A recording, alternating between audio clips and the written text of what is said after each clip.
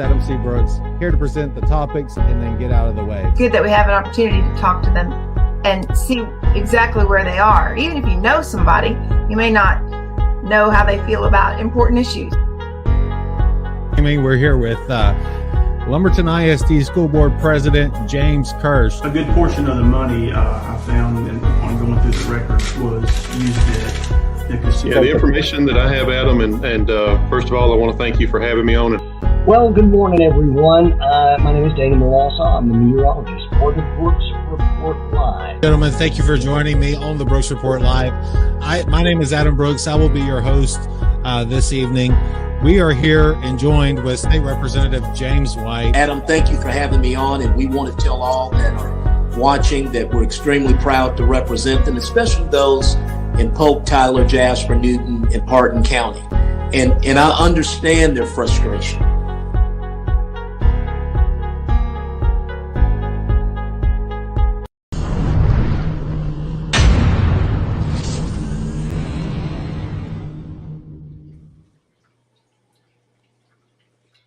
Well, hello, everyone, and thanks for joining me here on the Brooks Report Live.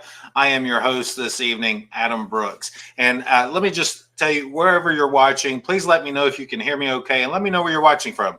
You could be watching off our LinkedIn channel, our YouTube channel. If you haven't went and subscribed to our YouTube channel, I'd really encourage you to do that because we're able to do more things there than Facebook allows us here. But go subscribe, or you may be watching us on Instagram or Twitter. It doesn't matter. We're everywhere. So be sure and find us. Maybe this is not your preferred platform. So we are everywhere, like I said. But today I'm so excited. We have a new business coming to town, and we are going to get to talk to the star of that business here in just momentarily. In fact, I'm going to go ahead and bring him in. This is Dr. Christian Freeman. Dr. Freeman, thank you so much for joining me. Thank you, Adam, and thank you very much for having me on your program. I've heard wonderful things about it, and I'm excited to be here. Well, thank you so much, and thank you for those kind words. Listen, as I was talking to a friend earlier today, he said this is like bringing water to the desert, and I couldn't agree more. I mean, I know for myself, I have 5 kids, but 3 younger kids still, and that still would use this service, and it's called Hardin County Pediatrics. And I know you guys are planning on open really soon. I believe it's January 23rd. Is that correct? That is correct. We're very excited. It's coming the next couple of days, so our doors will be open, and we'll be welcoming the community in. Well, you know what, and that's great, and we're going to learn all about this, but I kind of like to start with you because you are a Southeast Texan, and so I just want people to kind of get to know who you are because, you know, that's the kind of things we care about here, and you know, before we just start making, hey, I want to go see this doctor, you know, tell us a little bit about yourself, like where you grew up and that sort of thing. Well, that's correct. I did. I grew up in Beaumont, Texas. I was born and raised there, and had a wonderful experience growing up in this area. I had some wonderful parents, and I attended the local high school, Kelly Monsignor High School. Big shout out there.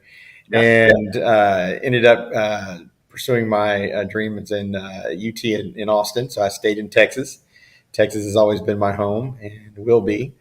After going to UT in Austin, getting a degree in engineering, I decided I'd rather go into medicine and moved over to the UT system in Houston. So moved even closer to back to my roots. Since becoming a physician, I've worked in an underserved area for about 15 of the 19 years I've been in practice, and almost going on 20 years now.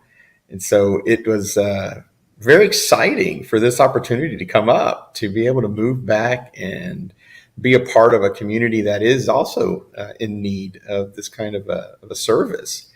So I was very pleased when I was approached with this idea. I mean, it was very exciting. So it's my pleasure to actually be able to come here and provide these kinds of services that I've heard there's been a lack. So I'm excited to be here. I was going to ask you why Southeast Texas and specifically Hardin County. I mean, Sure. You know, tell us a little bit what went into that decision making. Well, it is a surrounded, it's a surrounding area from Beaumont where I grew up, but it is an underserved area from my understanding. And the folks that are in Hardin County at times have to travel a little bit for care. And it was explained to me that there's a dire need for this area to have that kind of access to medical care. And I've always enjoyed practicing in areas where there's a need. And I spent, like I said, 15 years doing that. So it's something I'm looking forward to restarting in another area and providing that kind of a service. Can't wait to meet the community and embrace, the population and start doing what we can to help out. Well, I know I think I speak for thousands of folks here when I say we are happy and elated that we're going to have a place here in Hardin County to where we don't have to make that drive to Beaumont or somewhere else. And so, and speaking on that note, a lot of people might be asking, well, where is this place at? It's formerly known as the Leak Sealers Building, but it's, if you know where like Boute's Boudin and that area, it's right around there, right? That's correct. And isn't that great? And in Southeast Texas and that's how we demarcate where locations are. It's the old this building. It's located to this restaurant and these little local establishments. And I think that's a wonderful thing about the area. And it's another reason why I do have such fond feelings of this part of Texas. But yes, it is. And it's going to be open. I'll through some pictures here. I know you guys have been working trying to get this thing office ready. And so I'm just going to flip through some photos if you want to tell us about some of the technology and that kind of thing that you guys have in there. Well, that's one of the nice things about this facility that we're opening. It's all new equipment. Everything's brand new. We are installing some, what I feel and hopefully the community would feel are very kid-friendly and exciting, brilliant colored exam tables and cabinetry to help put kids at ease and just have an enjoyable environment. It's not always fun going into the doctor. Kids get a little nervous. So giving them something to look at, to be distracted and have fun is really part of the goal. We want them to, look forward to coming in to see us, not just for their, annual visits, but to not be scared coming in just in general. I know that's sometimes an impossibility, but that's what we strive for. But our technology, we're very confident with this. We're using some cutting edge equipment. We're going to be implementing lots of new kinds of technology, like a patient portal that I've understood isn't really available around here. We're using a very specifically pediatric electronic medical records. So that's something also that's different from a lot of establishments. A lot of places don't use that, so this will be very good and easy. There's some new technology we're going to be using for eye exams. We'll be using portable phones, a portable phone type system. And although the old days of standing and looking at the charts is kind of going away. And I had those things memorized. I could. Everybody does. Read this line. You can just read it off. Now, this will be cutting edge. It actually monitors the pupils and can really pinpoint some earlier evidence of disease, eye disease. That is a very big issue for a lot of folks that it was getting, was being missed. So that's just part of, what we're striving for here. We want to be reaching out to parents and letting them know through different social media, let them be able to access our website and make appointments, put their information in online where they do not have to come in and fill out so much paperwork while they're in the office. So that's part of the goal to bring in the technology for it.